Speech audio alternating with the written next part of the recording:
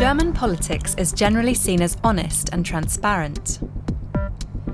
Germany is the world's 9th cleanest country, according to Transparency International. Here, pale blue shows countries' transparency ranks as clean, and the darker the blue, the more corrupt on the ranking. But Germany's parliament has recently seen a series of scandals, prompting outrage. Several MPs from Chancellor Angela Merkel's Conservative bloc have stepped down as a result. Allegations include MPs taking payments from Azerbaijan's government in exchange for support. Others profited from deals to make or supply face masks in the pandemic. Now many say Germany needs tougher laws to control its MPs. What happened in the last weeks in Germany is a huge threat for, in general, the trust of citizens towards their politicians. It's something that will turn so many people away from politics, and that's a huge problem. We cannot let it happen, and it's a big danger, I think, for democracy. So, what can and can't Germany's politicians do? German MPs receive a pre-tax salary of around €10,000 per month. They are allowed to earn money on the side, as long as their work as an MP is their main focus. About a third of MPs say they do have other sources of income. They must declare how much they earn on top of their government salary, once the extra is more than €1,000 a month or €10,000 a year. But they don't have to declare the exact amount, and there's no upper limit. MPs also have to make a declaration if they own more than 25% of a company.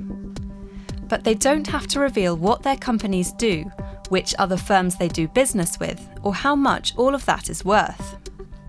Critics say that leaves too much room for conflicts of interest.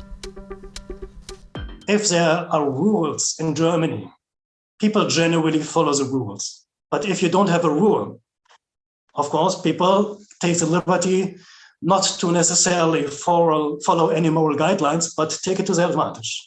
And at the moment, there are unfortunately a lot of loopholes in the codes of conduct for members of parliament. As long as there are loopholes, there will be people trying to take advantage of it. The government has recognised it needs to change things. The key parties have drafted suggestions to tighten the laws. Critics say the plans are still too weak, and the overall situation has attracted international attention. Last year, the Council of Europe's Group of States Against Corruption called on the German government to set up stricter rules around transparency. Its report said Parliament needed stronger safeguards against conflicts of interest, and also highlighted another area of concern: lobbying. Lobbyists work the corridors of power using various tactics to influence political decisions.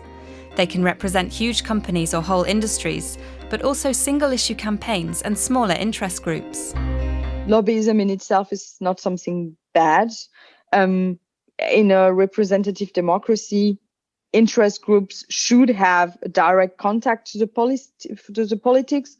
If we don't know as a public how and who influenced a law when a law is passed, in the end, we cannot check if all the interests were heard. Germany has no official record of who is working to influence which decisions, or how much time and money they spend doing it. So compared to many other Western nations, such as the UK, such as France, Canada, Ireland, the Netherlands, Austria even, and Austria is famously corrupt, Germany doesn't really have a lot of rules. Germany's governing coalition recently agreed to set up a lobby register. It will force lobbyists to say who they work for. Making a false or incomplete statement could cost up to €50,000 in fines. But the register won't require them to say who they meet or how much they spend. Experts say the proposal is a step in the right direction, but that it should go much further. So in the end, what we would get with the current lobby register would be a names list of who is lobbying, but we lack actually the rest of the information. If you want transparency and you don't get it completely covered, then you won't have half of transparency. You won't have any at all. With Chancellor Merkel set to leave politics after September's election, Germany is entering a period of upheaval. Democracy depends on voters trusting the system, and soon they'll show politicians just how deep that trust runs. Zweitens,